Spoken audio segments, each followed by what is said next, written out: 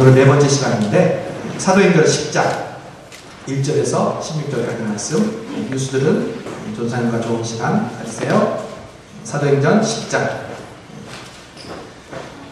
1절에서 16절까지 말씀.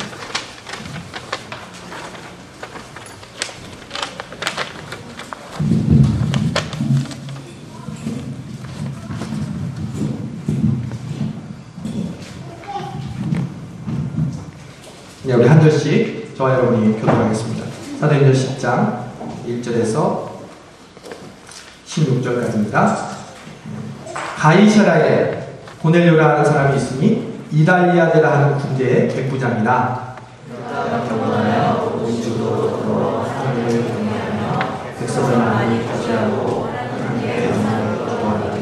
하루는 제90쯤 되어 환상 중에 밝히 보매 하나님의 사자가 들어와 가로되 고넬료야 하니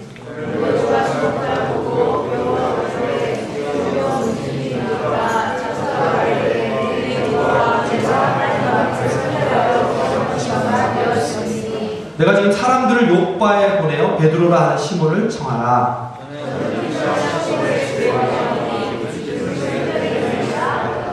마침 말하던 천사가 떠나매 고넬료가 집안 하인들과 종졸 가운데 경건한 사람 하나를 불러 이튿날 저희가 행하여 성에 가까이 갔을 그때 베드로가 기도하려고 지붕에 올라가니 시간은 제 6시더라. 하늘이 열리며 한 그릇이 내려오는 것을 보니 큰 보자기 같고 내 귀를 메어 땅에 들이었더라.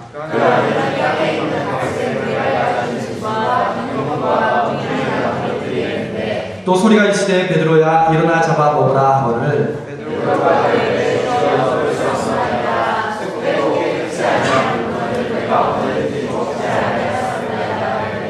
또 두 번째 소리 있으되 하나님께서 깨끗게 하신 것을 내가 속되다 하지 말라. 이런 일이 세 번 있으므로 그 그릇이 하늘로 올라가라. 아멘. 복음서와 신약 성경을 제대로 이해하려면요, 우리가 반드시 알고 있어야 되는 전제들이 있습니다. 그것은 바로 이스라엘의 정치적인 상황입니다. 기독교는요, 다른 종교와는 달리 실제적인 역사와 그 토대 위에 이루어진 종교입니다. 성경도 마찬가지예요.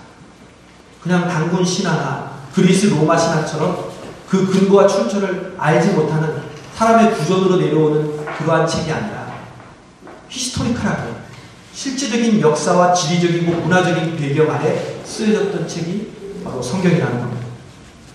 지난주에도 무디에서 서영 공부를 했지만 예수님께서 마지막 일주일 동안에 이제 고난주간을 맞으면서 이제 목요일 저녁에 재판을 받으세요. 근데 그 재판받는 과정이 굉장히 복잡해요. 제일 처음에는 대제사장 안나스한테 가요. 그 다음에 가야바 대제사장한테 가요. 그리고 빌라도한테 가요. 근데 빌라도가 다시 헤롯에게 보내요. 근데 헤롯이 다시 빌라도에게 보내요. 그랬더니 그때 빌라도가 이제 예수님을 사형에 처하도록 이제 결심을 하게 되죠. 여러분, 이러한 예수님의 재판을 받는 복잡해 보이는 과정도요, 그 당시에 폴리티컬한 이 팔레스타인의 정치적인 상황을 알면 우리가 쉽게 이해할 수가 있습니다. 여러분, 그림을 하나 제가 가져왔는데 지금 이 그림이 예수님 당시의 팔레스타인의 지도입니다. 색깔별로 되어 있는데 예수님 당시의 로마는요, 자기들이 직접 이 팔레스타인을 통치하지 않고 헤롯이라는 가문의 자녀들에게 세 구역으로 나눠서 팔레스타인을 다스리게 했습니다. 원래는 예수님 시대에 예루살렘 성전을 지었던 대헤롯, 그레이트 헤롯이 금방 죽는 바람에 예수님이 태어난 뒤에 얼마 있자가 죽어서 세 명의 아들에게 이 땅을 유언대로 로마가 지배하게 했어요. 먼저 가장 큰 땅이고 금싸라기 땅인 예루살렘과 사마리아가 있었던 땅은 헤롯 아켈라오가 다스렸습니다. 그리고 예수님이 살았던 갈릴리 지역과 이 베레아 지역은 헤롯 안디바가 다스렸습니다. 그리고 요단 동쪽에 있는 좀 산간지방은 헤롯 빌립이 다스렸습니다. 그런데 헤롯 아켈라오가 이 금싸라기 땅을 잘못 다스렸어요. 봉기가 일어나기 시작했어요. 로마는 그걸 제일 싫어합니다. 그래서 실정을 했다고 해서 유배를 보냅니다. 그래서 직접 그 땅은 로마의 사람들이 와서 이 사마리아와 유대 지역을 다스린 그 사람의 이름이 바로 총독입니다. 그래서 예수님 시대에 왜 총독이 있었냐면 헤롯 가문의 왕이 그 실정을 한 것 때문에 이제 로마에서 직접 보내는 사람이 이 유대와 사마리아를 다스리는, 그래서 절기 때만 되면 그 사람들이 이제 예루살렘으로 와서 민생을 치안을 다스리는 그러한 모습이 예수님 시대의 초대교회의 그런 모습이었어요. 그런데 이 로마의 총독과 군인들이 살았던 동네가 그 다음 지도를 보면 지중해 해안에 북쪽에 있는 가이사라라는 도시였습니다. 가이사라라는 이름이 시저라는 그런 이름의 우리 성경식 이름인데 황제의 이름을 딴 도시입니다. 이 역시 헤롯 대왕이 지은 도시인데 로마에게 아첨하기 위해서 별장 도시로 지었죠. 그래서 총독과 로마의 군인들이 여기서 멋있게 살다가 이제 절기 때가 되면 예루살렘으로 군대를 데려가서 사람들을 평정하는 거예요. 오늘 나온 고넬료가 바로 이 가이사라에 살았던 이탈리아 로마의 군인이라고 성경은 말하고 있습니다. 그런데 이때 베드로라는 사람이 이 가이사라로부터 같은 해안 도시 밑에 있는 약 70마일 밑에 있는 요빠라는 도시에 머물고 있었습니다. 이 두 사람이 만나는 과정이 오늘의 스토리입니다.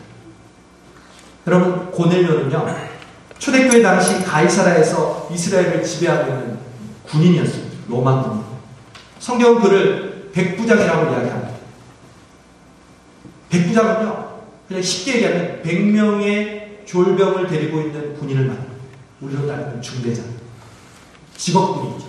그 당시 로마는요, 직업군인이 많았어요. 왜냐하면 전체를 통솔할 수 없습니다. 그러니까 자기의 가솔들을 데리고 있는 사람에게 월급을 주면서 로마의 군인으로 하청을 주는 거죠.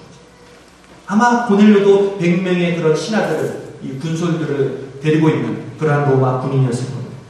그런데 이상한 것은 어떻게 이 이방인인 고넬료가, 로마 군인이 유대교가 믿는 하나님께 기도하는 신앙을 가지고 있었습니다. 아쉽게도 성경은 그 이유에 대해서는 설명하고 있지 않습니다. 그냥 고넬료가 하나님을 믿고 기도하고 구제하고 하나님을 열심히 신앙했다는 그러한 결과만 얘기하고 있을 뿐입니다. 근데 이러한 일은 참 특이한 일입니다. 왜냐하면 당시에 로마 군인들과 유대인들의 관계는 원수 관계와 마찬가지였습니다. 그냥 쉽게 생각하면 우리나라 역사와 너무 비슷합니다. 일제시대 때 일제의 앞잡이 순사들과 우리 고생하는 우리 조선 사람들의 관계와 똑같습니다.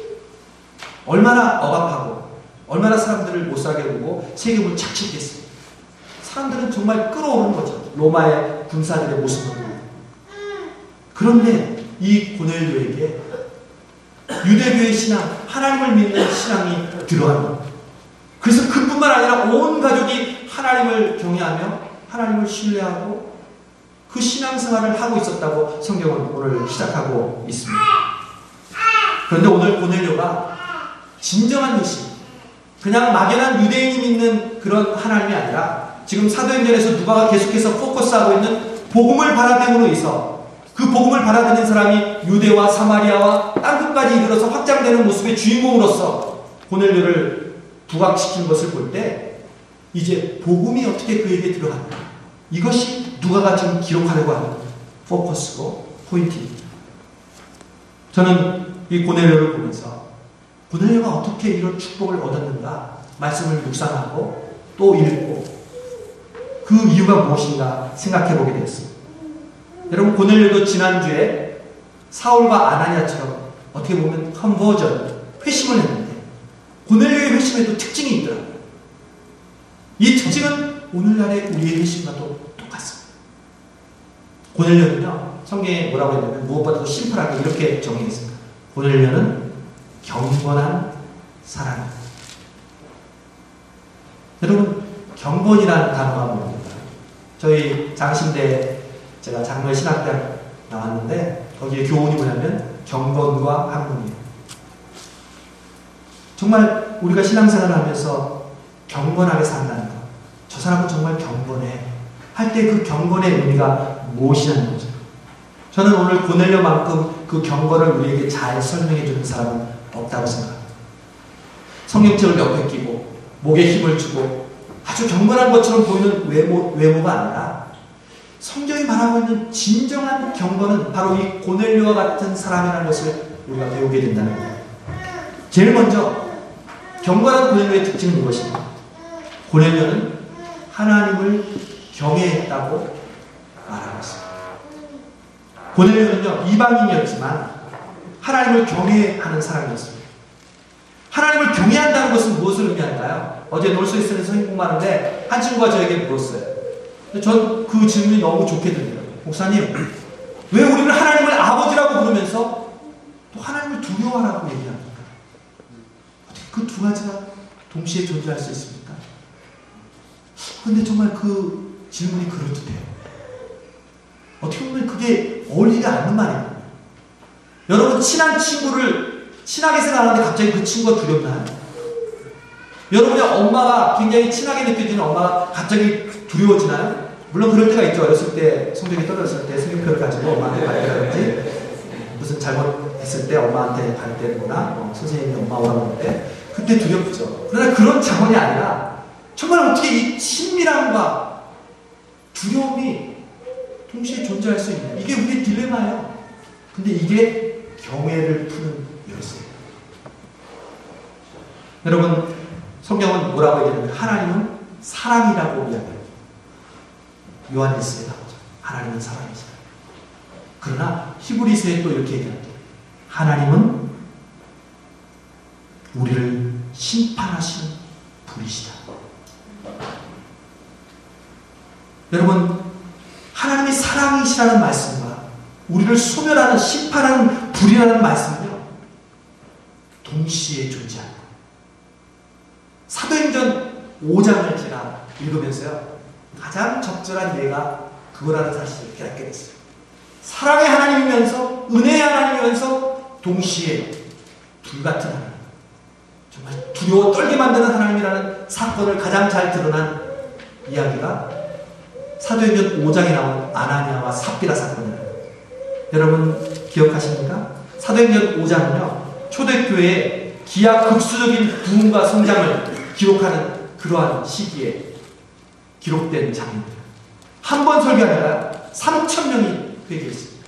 와우! 한 번 설교입니다. 그 뒤로 5,000명의 교인이 늘어나고 허다한 제자의 무리까지, 일반 군중이 아니라 제자들까지 늘어났다고 성경은 이야기합니다.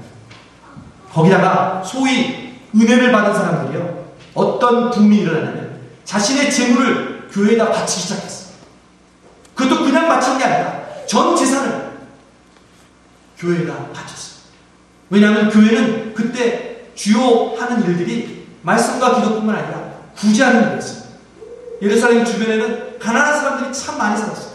왜냐하면 로마의 핍박 아래 살고 있었기 때문에 기본적인 생존권도 위협받는 사람들이 많이 있었고 그 사람들이 교회로 몰려왔기 때문에, 그래서 오병이의 사건을 보면서 사람들이 흥분했던 게 그런 겁니다. 떡 하나와 보리떡 그 하나만 가지고도 사람들은 흥분할 정도로 가난했어요. 그래서 전 재산을 바치면서 그 사람들에게 구제하기 시작했죠. 대표적인 사람을 소개하는데 그 사람이 바로 바울을 추천했던 바울의 동역자 바나바였습니다. 바나바도요, 버리자고 사람들한테 인정받는 사람인데 자기 재산을 다 바쳤어요. 그러자 아나니아와 삽비라도 아마 지도자급의 제자급의 사람이었던 것 같습니다. 자기의 재산을 다 바치겠다고 교회에 선포했습니다. 저도 저의 재산을 다 바치겠습니다.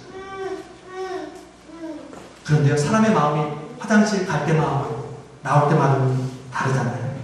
아나니아와 삽비라도 문제가 생겼어요. 이들이 실제로 재산을 다 바칠 시기가 오자 이제 그 재산이 아까운 거예요. 누구나 그런 마음이 있잖아요. 헌금을 드려야 되겠다고 마음을 먹다가도 헌금을 드릴 때 좀 흔들리는 게 우리들의 마음이잖아요. 하나님 앞에 봉사하고 나는 헌신하기로 결심했다가도 막상 그때가 되면 흔들리는 게 우리들이잖아요. 그래서 재산의 얼마를 감추고요, 베드로에게 말합니다. 베드로가 성령의 감동으로 그 낌새를 알아채고, 아마 이 아나니아는 포카페이스를 못했던 것 같아요. 성령께서 그 진실을 베드로를 통해서 알게 하셨어요. 그래서 물어요, 베드로가. 이게 재산의 전부냐? Yes, sir. 이게 재산의 전부입니다. 그랬더니 베드로가 불호령을 내. 네가 하나님의 성령을 숨기려고 한다. 네가 어떻게 그렇게 하고도 지금 하나님의 거룩한 교회 앞에서 그 헌금을 바치려고 한다. 불호령이 떨어지자마자 아나니아가 그 자리에서 즉사해. 와우. 여러분, 잠시 후에 그의 아내 삽비라가 들어왔어요. 근데 남편이 죽은 걸 몰라요. 베드로가 태연하게 또 물어요. 삽비라야, 이것이 너의 전 재산이었니? 네, 그렇습니다. 그랬더니 네 남편이 지금 실려가는 걸 보지 못하느냐? 너도 그렇게 될 것이다. 그래서 또 삽비라가 죽어요. 우리는 여기서 머리를 절레절레 흔들 수밖에 없습니다. 하나님의 심판이 너무 가혹하다는 겁니다. 얼마나 가슴 아픈 일입니까? 충격적인 일입니다. 하루아침에 부부가 목숨을 잃었습니다. 만일 그들에게 자녀들이 있다면 그들은 하루아침에 고아가 되는 것입니다. 어떻게 거짓말하고 헌금을 조금 덜 냈다고 그 자리에서 죽이십니까? 그러면 오늘날 살아있을 수 있는 사람이 누가 있겠습니까? 어떤 학자는 이렇게 얘기했습니다. 만약 오늘날 교회에서 하나님이 아나니아를 처리하시듯이 우리를 처리한다면 교회 지하실에는 영안실을 만들어야 할 것이다.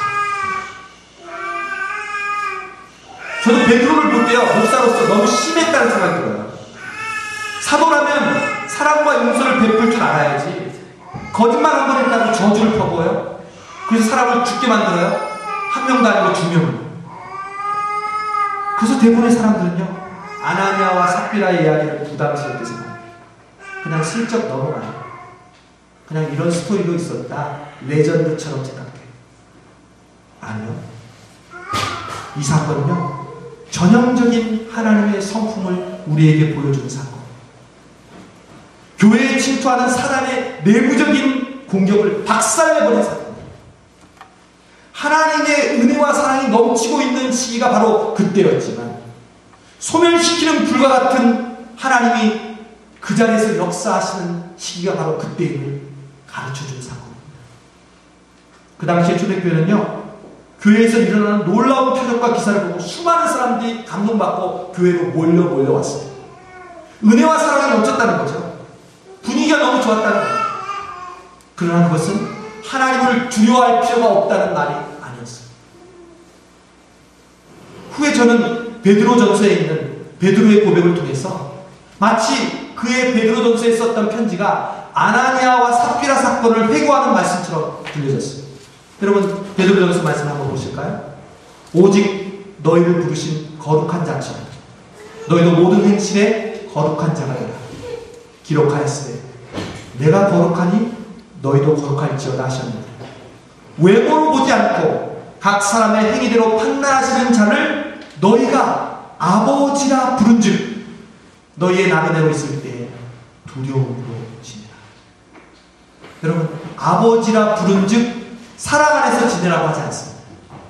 아버지라 부른즉 편하게 지내라고 이야기하지 않습니다. 아버지라 부른즉 두려움으로 지내라고 말씀합니다. 우리는 이 두 가지의 마음을 모두 지내야 합니다.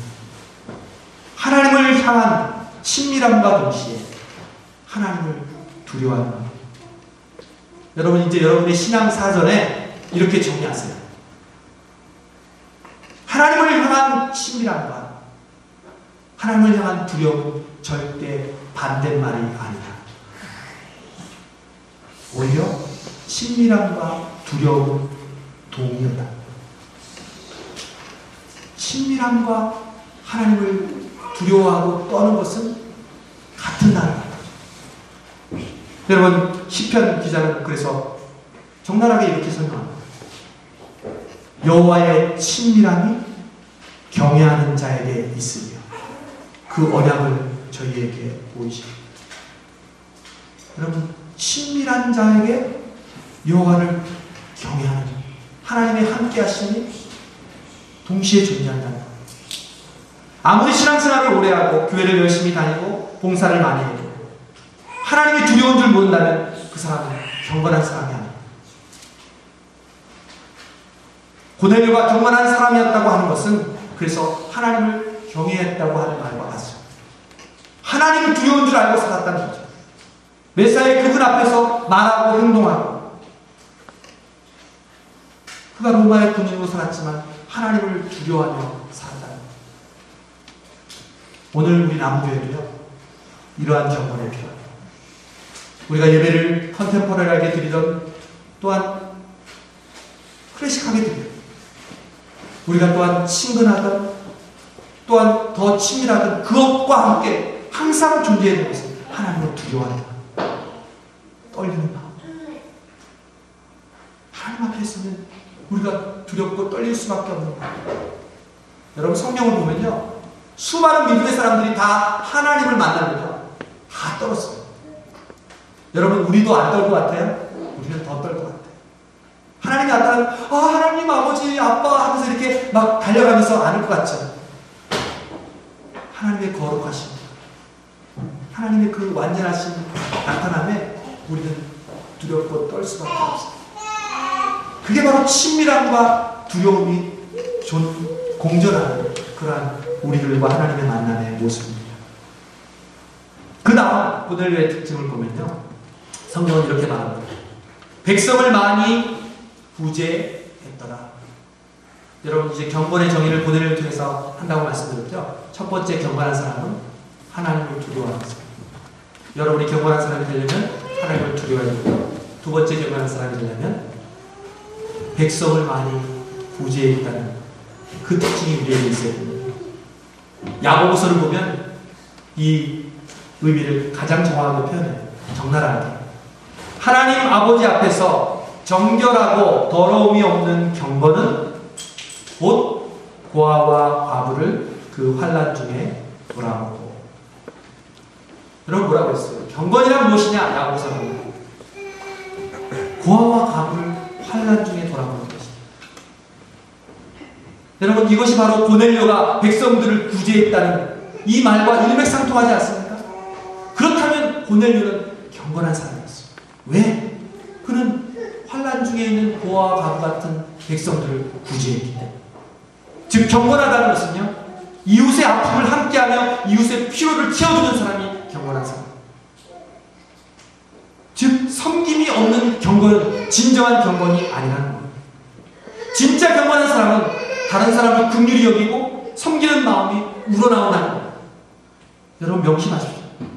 우리가 믿음으로 산다는 것, 경건하게 산다는 것, 크리스찬으로 산다는 것은 반드시 이것을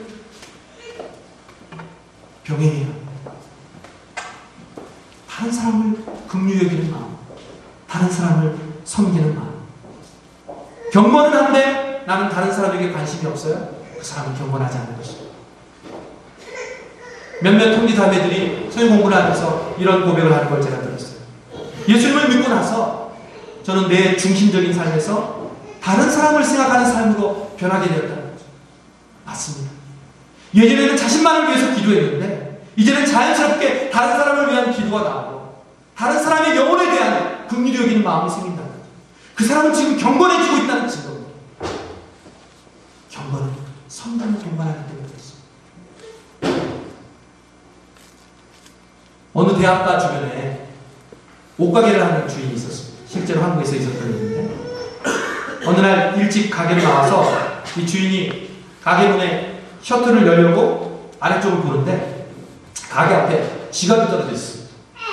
그래서 왜 지갑인가 하고 열어봤더니 그 지갑 안에 아주 두툼한 돈 뭉치가 있는데 150만 원.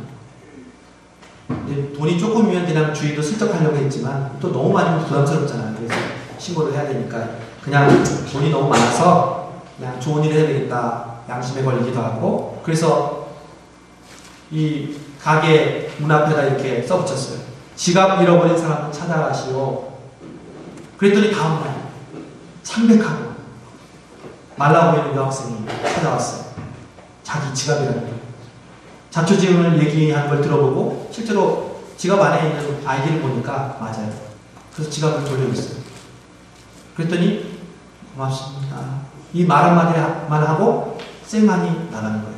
이 주인이 생각하기를 아니 그냥 빈말이라도 뭐 식사 한 끼 내겠다든지 어떻게 보상하면 좋을까요? 이렇게 하면 어디가 덧나나? 이런 좀 괘씸한 마음을 갖고 있었지만 그냥 그러려니 아니 요즘 젊은 사람들이 그렇지 하고 잊어버렸어요. 한 달이 지났어요. 아침에 평소처럼 이제 가게에 도착했는데 이 주인이 자기 가게가 안 줄 알고 깜짝 놀랐어요. 왜냐면 자기 가게의 셔터문에 그려져 있지도 않았던 그냥 평범한 셔터문이 아주 새 봄 그림이 다 그려져 있어요. 가게 전체 셔터문에. 그리고 쪽지가 하나 있는데 쪽지에 이렇게 써 있었어요. 한 달 전쯤 지갑 하나를 주셨죠. 전 그 지갑 주인의 남동생입니다. 그 돈은 누나 입학금이었는데 누나는 그 돈을 잃어버리고 너무 울어서 거의 실신 상태까지 갔었어요. 그런데 누나가 지갑을 찾아준 덕분에 분에게 너무 경향이 없어서 고맙다는 말도 제대로 못하고 왔다고 하더라고요. 너무 걱정을 하고요. 저도 그랬습니다. 그런데 저희 사정이 너무 어려워서 저희들이 해드릴 수 있는 일은 이것밖에 없어서 이렇게라도 보답을 하려고 합니다. 아마 그 남동생이 미대 학생이었던 거예요. 주인은 너무 고맙죠. 그런데 그게 끝이 아니에요. 봄이 지나서 봄 상품 30% 세일 이걸 이렇게 종이 조각에 붙여놨더니 그 다음날 백화점에서 하는 것처럼 봄 상품 30% 세일 포스터가 막 바뀌어져 있는 거예요. 그 외에도 5월 1일부터 5월 5일까지 내부 수리 중 신상품 입학 써놓는 족족 그 다음날 되면 바뀌어져 있는 거예요. 뿐만 아니라 봄이 지나고 여름 되니까 여름에 해변에 아주 멋있는 그런 해변가로 셔터문이 바뀌어있고 가을이면 가을, 겨울이면 겨울. 이 주인이 너무나 마음 부담스럽고 고맙고 그래서요. 쪽지를 적어놨어요. 제발 부탁이니 낮 시간에 가게로 와주세요. 근데 한 번도 찾아오지 않아요. 그리고 그런 일이 있은 다음에 주인이 이제 시집갈 나이가 돼서 자기 후배에게 가게를 넘겨주고 떠났어요. 근데 어느 날 시집간 이 주인에게 전화가 왔어요. 후배한테. 언니 그때 이상한 일이 있어. 우리 가게 문이 셔터문이 그림이 바뀌더라고요. 그러니까 아직도 그 학생이 하고 있는 거예요. 제가 대학교 다니던 시절에 이문세의 별이 빛나는 밤에 나오는 글을 스크랩했다가 제가 다시 읽었어요. 저는 그 청년의 모습을 한번 상상해봤어요. 여기는 여러분 중에 한 명의 모습이라도 한번 생각해봤어요. 별이 반짝이는 캄캄한 밤에 이 청년이 사다리와 물통, 물감, 후레쉬를 들고 새벽달이 보일 때까지 계속해서 셔터문에 그림을 그리고 있는 모습. 분명 이 청년에게는 몸에 땀과 물감들이 많이 묻어있을 거예요. 그리고 다 된 그림을 보고 이마에 땀을 훔치고 미소 짓는 그런 청년의 얼굴을 제가 상상해봤어요. 전 그걸 보면서 그거야말로 경건한 얼굴이 아니에요. 진짜 경건한 얼굴이란 자기가 받았던 은혜와 사랑을 무언가 자기가 가지고 있는 가장 최선의 것으로 표현하는 그 얼굴. 여러분, 예수님께서는 우리 자신을 위해서 150만 원과 비교할 수 없는 은혜와 사랑을 베풀어 주셨습니다. 나의 생명을 구원해주신 은혜와 사랑을 어찌 수치로 표현할 수 있겠습니까? 그러나 150만 원 때문에 다른 사람에게 은혜를 갚는 가난한 학생보다 우리는 그 자비와 긍휼을 베풀지 못하고 있다는 생각을 하면 우리는 경건과 왠지 멀리 떨어져 있는 것 같아요. 그런 느낌을 갖게 되지 않을까요? 저는 남교회가 경건한 성도들이 넘치는 교회가 되기를 바랍니다. 다른 사람이 경건한 사람이 아니에요. 섬기는 사람. 제가 보기에 지금 이 자리에 많은 경건한 사람들이 있어요. 왜냐하면 남교회는 바로 여러분들의 섬김을 통해서 이루어져가고 부흥하고 성장하고 있기 때문에 그렇습니다. 그런 의미에서 여러분 경건한 사람. 마지막으로 저는 고넬료를 보면서 소중한 교훈을 발견했어요. 정말 말씀을 묵상하고 깨닫는다는 것이 이래서 보람이 있습니다. 지금까지 우리는 이디오피아 내시, 사울, 그리고 오늘 고넬료를 살펴보았습니다. 한번 표를 보시면 여러분 정리가 될 수 있을 겁니다. 누가는 이들이 하나님의 특별한 은혜를 입어서 교회가 확장되고 있음을 보여주고 설명하고 있습니다. 먼저 이디오피아 내시는 아프리카에서 예루살렘의 절기를 지키려고 수레를 타고 그리고 절기를 지키고 다시 아프리카로 돌아가다가 광야길에서 말씀을 읽다가 은혜를 체험합니다. 또 지난주에 했던 사울은 오히려 예수 믿는 사람을 결박하러 다메섹으로 가다가 예수님을 만나죠. 그리고 오늘 고넬료는 이방인이었지만 평소에 경건한 삶을 살다가 천사를 만납니다. 이렇게 은혜를 체험한 각 사람들의 정황은 독특합니다.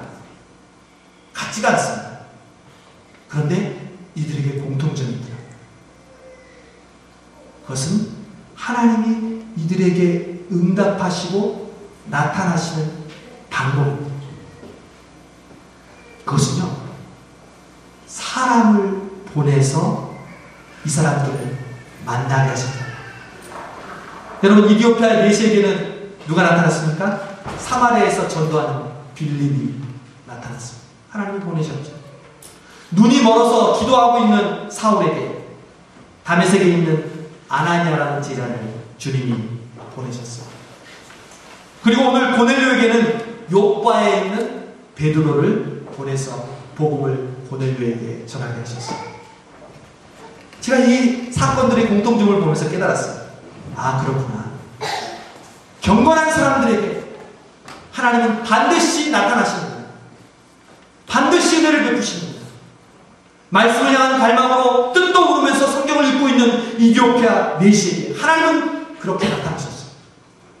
눈이 먼 상태에서도 주님을 만난 그 두렵고 떨림으로 기도하고 있던 사울에게 모든 사람들이 피하고 있을 때 경건한 삶을 살고 있었던 아나니아라는 제자를 하나님은 보내서 나타남을 체험하게 했습니다. 또 오늘 경건한 삶을 살던 고넬료에게 그냥 내버려두지 않고 그에게 기도와 구제에 대한 응답을 나타남으로 보이셨습니다. 여러분, 하나님은 반드시 하나님을 찾고 구하고 경건한 삶을 사는 자에게 응답하시고 나타나시는 분이십니다. 그런데 어떠한 방법으로 나타나느냐? 그것은 바로 만남을 통해 나타나십니다. 말씀에 갈급하는 사람에게는요, 말씀을 전해주는 하나님의 사람을 만나게 하시고, 눈이 보이지 않는 답답함 속에서도 기도하는 사울에게는요, 기도하는 아나니아라는 제자를 만나게 해주시고, 또 하나님을 경건하게 믿고 기도하고 있던 고넬료에게는요, 역시 제 9시 기도 시간에 기도하고 있던 베드로를 만나게 해주십니다. 여러분, 오늘날도 마찬가지입니다. 하나님은요, 저와 여러분의 기도에 응답하시고 우리의 경건한 모습과 행동에 그 작은 몸짓에 반드시 나타나시고 응답하시고 우리의 작은 섬김의 손길에 반드시 축복하시고 어떻게 해요? 만남을 통해서. 우리가 말씀을 귀중히 여기면요, 말씀을 전하는, 말씀을 깨닫게 하는 상황을 우리에게 만나게 해주십니다. 우리가 기도하면요, 우리를 위해 기도해주는 사람을 만나게 하십니다.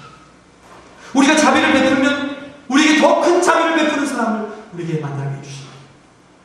여러분, 그렇습니다. 하나님은요, 지금도요, 부지런히 사람을 통해서 일하십니다. 하나님은 정말 손쉽게 하늘에 글씨를 쓰고 정말 세상 모든 사람이 한꺼번에 놀랄 수 있는 표적과 기사를 베풀 수 있는 분이시지만 하나님은 저와 여러분과 같은 사람을 통해서 하나님의 역사를 누리시고 완성하는 분이십니다. 여러분, 우리가 어떤 의미에서는 이디오피아 내시와 사울과 고넬료이기도 하지만 어떤 의미에서는 우리는 빌립이고 아나니아고 베드로입니다. 여러분, 생각해 보십시오. 내가 빌립과 같은 사람으로, 내가 아나니아 같은 사람으로, 내가 베드로 같은 사람으로 쓰임받는 상상을 해보십시오. 여러분, 흥분되지 않습니까? 저는 그 생각만 해도 감격스러워요. 나는 딴 일을 하고 있는데 하나님이 너 누구한테 가라. 그가 말씀을 읽고 있는데 무슨 말인지 몰라. 네가 가르쳐줘. 누가 기도하고 있어요. 너 지금 제가 기도하고 있는데 그를 위해서 기도해 주라. 누가 성경을 베풀고 있어요. 그 사람은 자기도 어려운 사람이야. 그 사람을 도와줘. 그런 성령의 내적인 음성을 듣고 우리가 쓰임받는다면 그럼 더 이상 말할 것이 뭐가 있어요? 우리의 공부하는 목적이 뭐예요?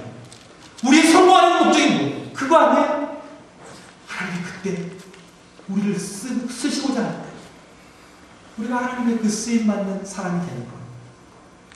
여러분 그렇습니다. 하나님의 나라는요, 하나님의 사람들과의 만남을 통해서 이루어집니다. 고넬료와 베드로, 이 두 사람은 인종도 출신도 직업도 관심도 문화와 언어도 다 달랐어요. 그런데 이 두 사람에게는 공통적인 것이 있었어요. 그것은 하나님께 기도하고 있었다. 이디오피아 내시가 말씀을 읽고 있을 때 빌립은 사마리아에서 말씀을 증거하고 있었어요. 아나니아가 청년 사울에게 보내심을 받을 때 아나니아도 사울처럼 기도하고 있었어요. 오늘 고넬료가 제9식 기도 시간에 기도할 때 베드로도 같이 기도하고 있었다는 겁니다. 여러분 아시겠습니까? 하나님의 응답과 축복이 만남으로부터 온다는 것이 무슨 의미인지 여러분 아시겠습니까? 오늘도 여러분은 말씀을 사모하는 삶을 사시겠다고 결심하시죠. 그러면요, 여러분에게 하나님의 말씀을 들려주고 여러분의 삶의 구체적인 문제에 대한 하나님의 해답이 무엇인지를 깨닫게 해주는 상황과 사람을 만나게 되는 것입니다. 저는 여러분에게 그런 빌립이 되기를 원합니다. 그렇게 기도하고 있습니다. 여러분, 오늘 여러분이 이제 새롭게 기도의 삶을 사시기로 결정한다면 여러분을 위해 기도하고 있었던 사람을 만나게 하십시오. 여러분을 위해서 기도해 준다고 하는 사람을 여러분은 만나게 될 것입니다. 여러분이 이제부터 섬기는 자로 나는 살겠습니다. 이렇게 헌신한다면 여러분을 섬기는 주변의 천사들을 만나게 될 것입니다. 결국 이렇게 하나님의 나라는, 하나님의 역사는 이런 만남과 만남을 통해서 이루어지는 것입니다. 남우교회는 이런 만남과 만남이 이루어지는 교회가 되기를 원합니다. 그냥 신교를 목적으로 하는 집단이 아니라, 공동체가 아니라 거룩한 만남, 하나님의 응답으로서의 만남과 만남이 이루어지는 교회입니다. 저는 오늘 말씀을 읽으면서 남우교회가 그런 의미에서 경건한 교회가 되기를 원합니다. 친밀함과 두려움이 동시에 존재하는 교회. 나보다 다른 사람을 위해 섬기는 것을 기뻐하는 교회. 그리고 그런 사람들이 하나님의 준비된 만남을 경험하는 교회. 저는 그런 의미에서 아주 행복하다는 생각을 했습니다. 정말. 저는 그동안 기도했던 저의 기도와 우리 남우교의 기도가 응답되었다는 사실을 오늘 말씀을 통해서 깨달았습니다. 왜요?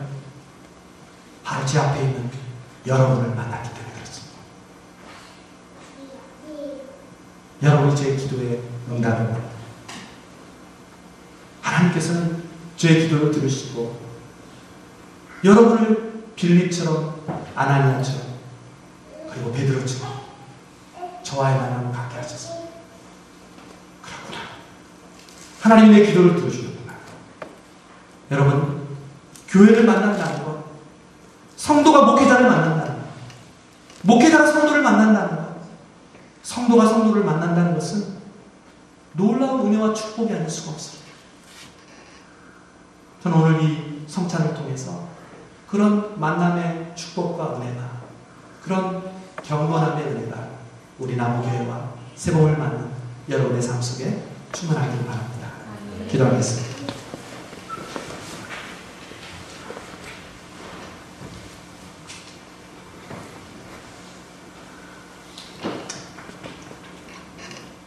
하나님, 우리에게도 이 귀한 고넬료의 축복을 허락해 주셔서 감사합니다.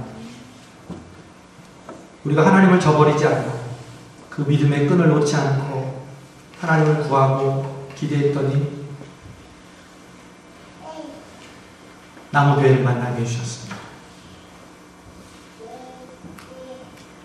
목사는 성도를, 성도는 목사를 만나게 해주시고 또한 성도와 성도가 만나게 해주신 것이 바로 주님의 기도에 응답을 깨닫게 해주셔서 감사합니다. 하나님, 남우교회가 경건한 교회가 되기를 원합니다. 겉으로 보이는 자랑하려고 하는 경건이 아니라 하나님과 친함과 동시에 하나님을 두려워하는 마음, 내가 힘들고 어렵지만 좀 더 다른 사람을 섬기고 싶고 헌신하고 싶은 마음, 그리고 그런 마음 가운데 하나님의 예비한 만남을 만나는 그런 새봄, 그런 3월, 그런 봄방학, 그런 우리 남교회 되게 하여 주옵소서. 예수님의 이름으로 기도합니다. 아멘. 곧바로 성찬을 내십니다.